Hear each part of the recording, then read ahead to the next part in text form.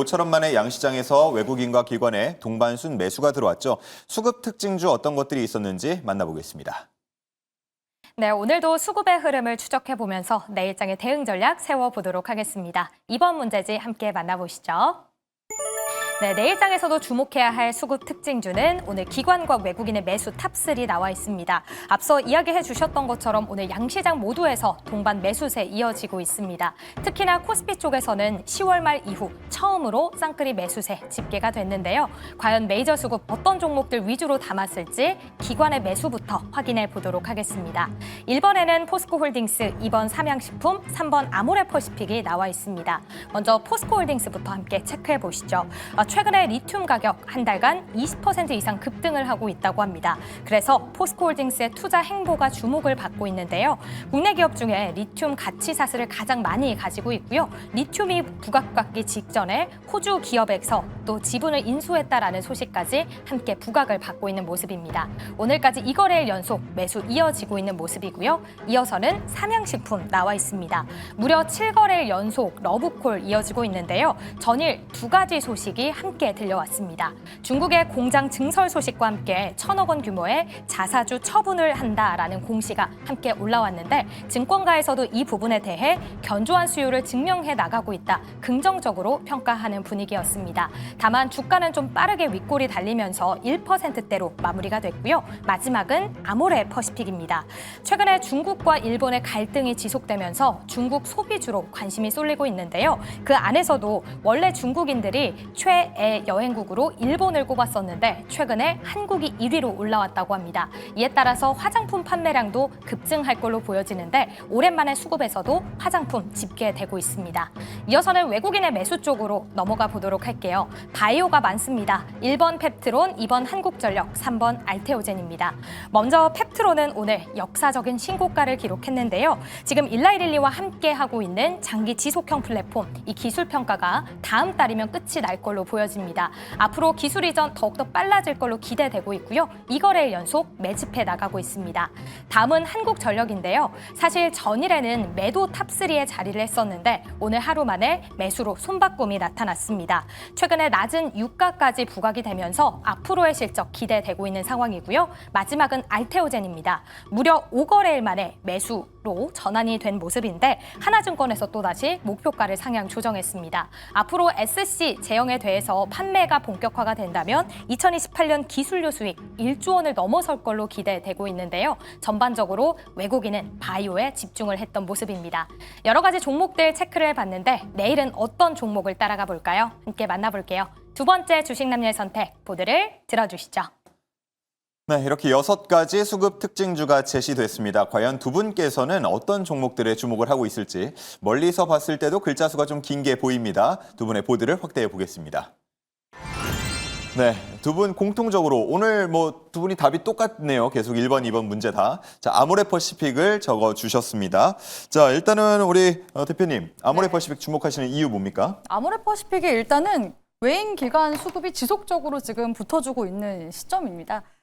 그동안 장이 좀 많이 흔들려서 외국인 자금이 이제 코스피 시장에서 좀 이탈하는 흐름들도 최근에 감지가 되고 그랬었거든요. 근데 그럼에도 불구하고 수급이 가는 쪽을 사실 저는 눈여겨봐야 된다고 생각을 하고 있는데 아모레퍼시픽이 지금 외국인 매수세가 11월 달부터 이제 지속적으로 붙어주고 있었고요. 이미. 예. 그리고 연기금 쪽에서도 외국인 순매수 들어올 때 같이 함께 동반해서 들어오는 모습들 관측됐었는데 최근에 사모펀드와 투신 쪽에서도 지금 같이 함께 수급 들어오고 있는 모습들 관측이 되고 있습니다.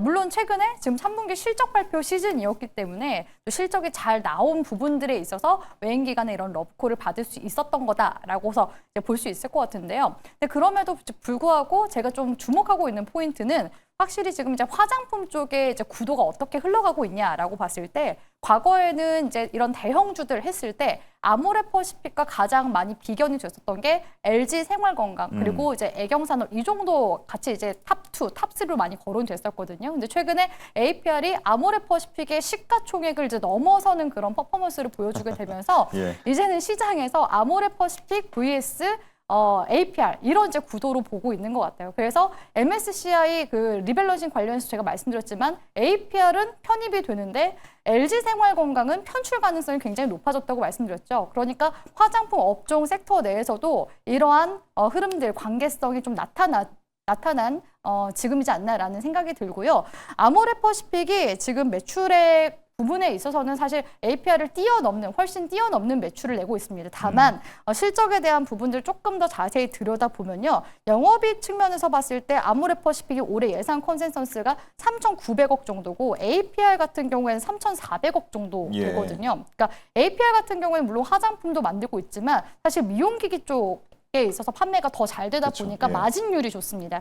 그런데 이제 아모레퍼시픽 같은 경우에는 과거 사실 중국에 대한 의존도가 굉장히 높았었거든요. 그래서 한한령이 있고 나서부터 아모레퍼시픽의 주가 흐름을 보시면은 그간 정말 암흑기가 오래도록 이어져 왔습니다. 그래서 아모레퍼시픽이 중국 쪽에 진출이 되어 있었던 인디 브랜드들 대폭 축소하거나 매장 정리도 했었고요. 그러면서 이제 좀 더 남겨둘 수 있는 그런 브랜드들, 설화수와 같은 그런 브랜드들은 남겨두면서 계속해서 이제 그 해외 진출을 미국이라든지 유럽, 일본, 중동 그리고 이제 인도 쪽으로 계속해서 고개를 돌렸습니다. 그런 부분들이 이제 성과가 좀 어느 정도 나기 시작한 게 작년부터였다라고 볼 수 있을 것 같고요. 실제로 최근에 이제 해외 매출이 잘 나고 있는 지역들을 보면 중동이라든지 인도 쪽에서 매출이 좀 더 강하게 나타난다고 하더라고요. 특히 그 요즘에 SNS 같은 데 보면은 중동 쪽에 있는 인플루언서들이 한국 화장품을 통해서 한국인들의 그런 K-뷰티 메이크업을 선보이는 그런 경우들이 많거든요. 그로 인한 매출이 지금 어떻게 보면은 반영이 SNS 향으로 인한 그런 광고 효과가 지금 반영이 되고 있는 그런 상황이라고 볼 수 있을 것 같고요. 또 아모레퍼시픽 하면은 또 미국의 코스알릭스라는 또 브랜드를 또 두고 있기도 하죠. 그래서 미국향으로 해서 계속 이제 매출 반영이 나오는데 지난 이제 2분기 그리고 올해 3분기에 있어서는 사실 코스알릭스 매출 반영이 약간 좀 더딘 측면들이 있습니다. 그래서 이거 이제 미국에 대한 부분들을 좀 기대를 했었는데 이 매출 둔화에 대한 부분들은 어떻게 할 거냐라는 목소리가 있었거든요. 근데 그럼에도 불구하고 지금 이제는 의존도가 과거처럼 뭐 중국, 미국 이쪽으로 가는 게 아니라 계속해서 이런 해외 유통 채널이 다변화된 그런 상황이기 때문에 앞으로 충분히 아모레퍼시픽이 실적 개선에 대한 부분들도 저는 이런 해외 매출에 대한 부분들 기대를 할 수 있다고 생각을 하고 있고요. 작년부터 이제 화장품 관련 이제 수출액이 계속해서 이제 증가세 보여주고 있는데 내년에도 역시나 이런 수출 증가세가 또 이어질 것으로 이제 기대해 봤을 때 아모레퍼시픽도 지금 현저하게 여전히 저는 저평가되어 있는 화장품주라고 보고 있기 때문에 아모레퍼시픽은 지금 시점에서도 저는 신규 투자 관점으로도 조금 더 중장기적으로 거시적인 관점에서 봤을 때 접근 유효한 종목이지 않나라고 보고 있습니다. 네. 아모레퍼시픽 뭐 시총일이 누가 빼앗길 거라고 화장품 내에서 생각을 했겠습니까? 지금 7조 8천억 정도 되고요. APR이 8조 8천억 정도, 1조 정도 차이 나는데 어떻게 좀 탈환 가능할까요?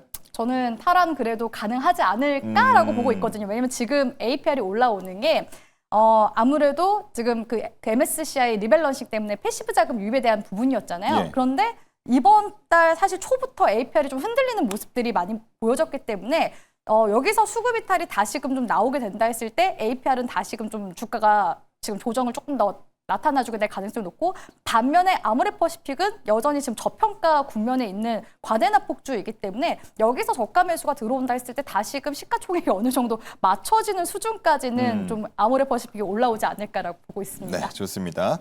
자, 다음은 이제 송율 매니저께 질문을 드릴 차례인데 조금 전에 보니까 이제 단독 기사가 하나 올라온 게 있어서 이 내용도 함께 짚어주시면 좋을 것 같습니다. 물론 단독 기사다 보니까 추후에 팩트 체크는 조금 더 필요하겠습니다만 아모레퍼시픽이 수도권을 포함해서 6개 자산을 매각한다라는 소식들이 지금 들려오고 있습니다. 뭐 사옥 그리고 물류 창고들 위주로 될 것 같고 지금 해당 기사에 따르면 한 1,500억 정도로 추산이 된다. 뭐 이런 얘기가 나오고 있는데 아모레퍼시픽 어떻게 보고 계십니까?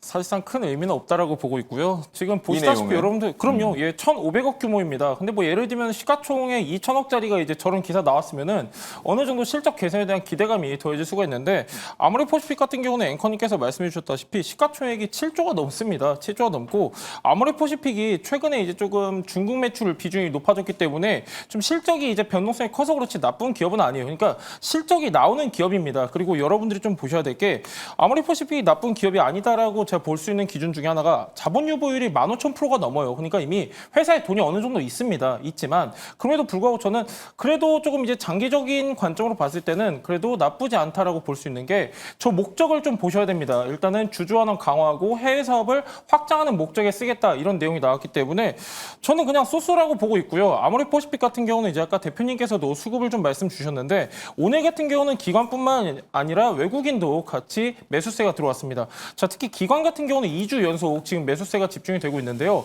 상대적으로 매수 메리트가 있다라고 지금 기관에서는 판단을 하고 있는 거거든요. 아모레퍼시픽은 나쁘지가 않습니다. 이번에 3분기 실적 보시면요. 영업이익이 919억 집계가 됐어요. 그러니까 대폭 증가를 했는데 그 이유는 뭐냐면 해외 매출에 있습니다. 해외 매출이 꾸준하게 성장을 하고 있고요. 특히 이제 중화권 같은 경우는 단순히 이제 메이크업 부문이 아니라 헤어 카테고리 쪽에서도 매출이 지금 계속해서 고성장하고 있기 때문에 중국에 대한 기대감도 반영이 될 수 있다. 참고하시면 좋을 것 같고요.